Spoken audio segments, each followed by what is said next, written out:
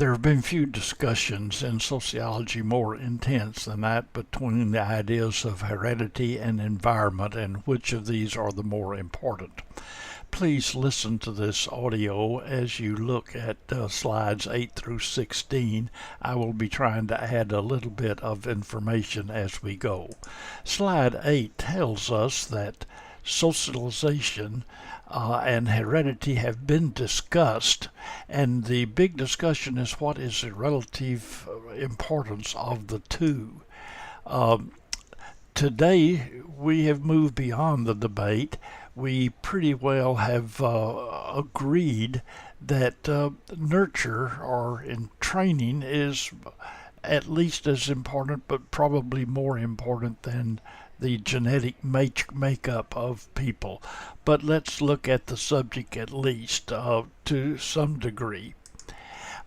What happens when one is missing? Now, nurture, according to slide 9, means what we learn or gain from our physical environment, our encounter with others, the cultural part of our persons. Nature, on the other hand, is our physical makeup, our genes and chromosomes, the inherited material that determines our color, our sex, our size, our intelligence. The debate is over the relative importance of heredity and environment.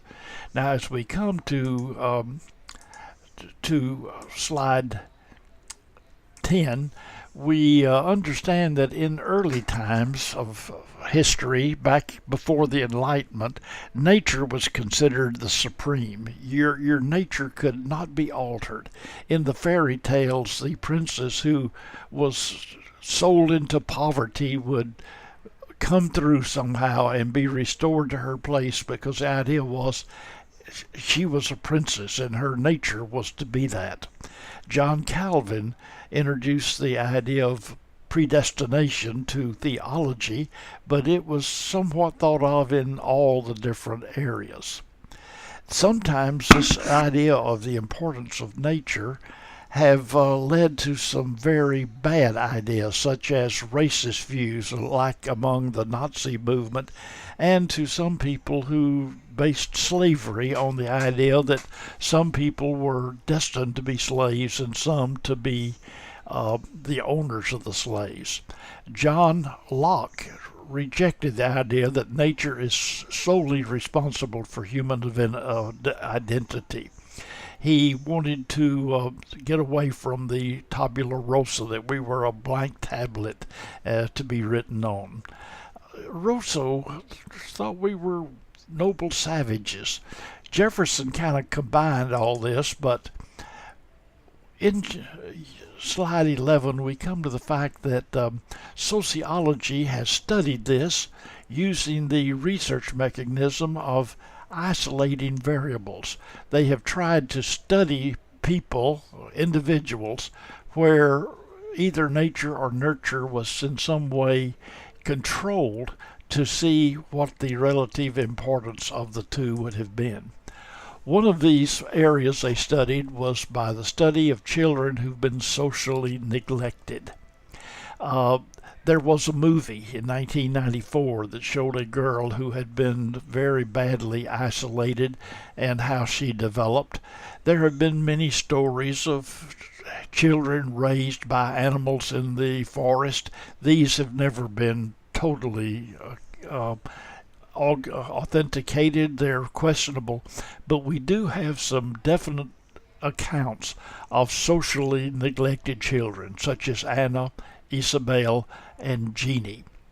These children were, for one reason or another, neglected, not given the usual care, not given the usual relationships with others, and all of them developed in very unsatisfactory ways. Isabel was found when she was about 6. She had very poor reactions, but with intense therapy, she caught up by the time she was 14 with her peers. But Anna and Jeannie never recovered from the social isolation. Children who are isolated and deprived of the usual care and attention simply do not develop socially as we had hoped.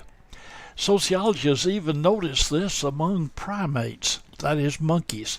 Harry and Margaret Harlow studied rhesus monkeys, and they took some of the monkeys and took them away from the group, raised them in cages where they had no relationship with other monkeys whatsoever, were fed by mechanical devices.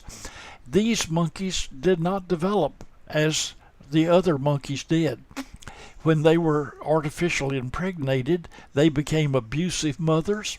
They were fearful and distant. They just did not develop. These people even found that when they put in the cages with the monkeys that were set aside from others, if they had a soft, furry figure like a doll that provided the food, that the monkeys developed a little bit better personalities than if they had none of that. So we can generalize from this that, yes, social deprivation causes problems. Lawrence Castle of Sociology said that he had discovered that in total institutions, if children had as much 20 days of touching, 20 minutes of touching a day, it made a difference in them. Renee Spitz and others have studied children in institutions. Spitz compared children in orphanages where the children were just put in a bed and not comforted, not touched, not cuddled, with children that were raised in nurseries and women's prisons. The nurseries were not much better, but the mothers were given some access to the children to feed them and hold them, and where that happened, the children got along much better.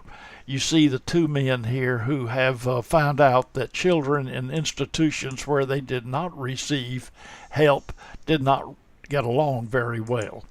We've had a lot of study done of twins, and while these studies are not totally conclusive, they have helped some.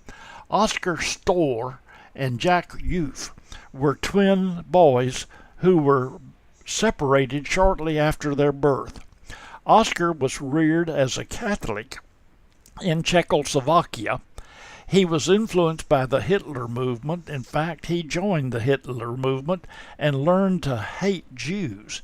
Later in life, he would not want to admit his Jewish background. His brother Jack was raised in Trinidad by the twins' father, a Jewish man. Jack joined a kibbutz and lived in Israel. He served in the Israeli army. He highly valued his Jewish background. When these two were joined together socially when they were middle-aged, some startling similarities emerged. Both of them wore wire-rimmed glasses and mustaches. They both liked spicy foods and sweet liquors. They were both absent-minded. They flushed the toilet before using it.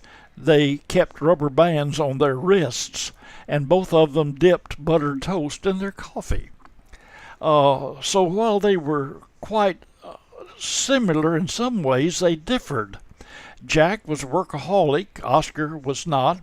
Oscar was a traditionalist who was domineering toward women, and Jack was a liberal who accepted feminism. Jack was proud of being Jewish. Oscar hardly would mention it. They are prime examples of similarities and differences in twins. The Minnesota University group did a study of twins, followed 137 sets of identical twins who were raised separately to see what similarities and difference.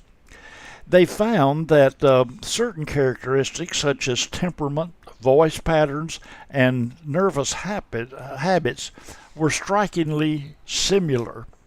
However, the twins raised apart had great differences in attitudes, values, the mates they chose, and even drinking habits.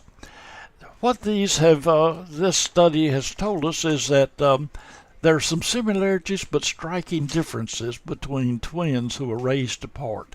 And most people feel like that these tests with twins in Minnesota were not really convincing because they were somewhat imprecise.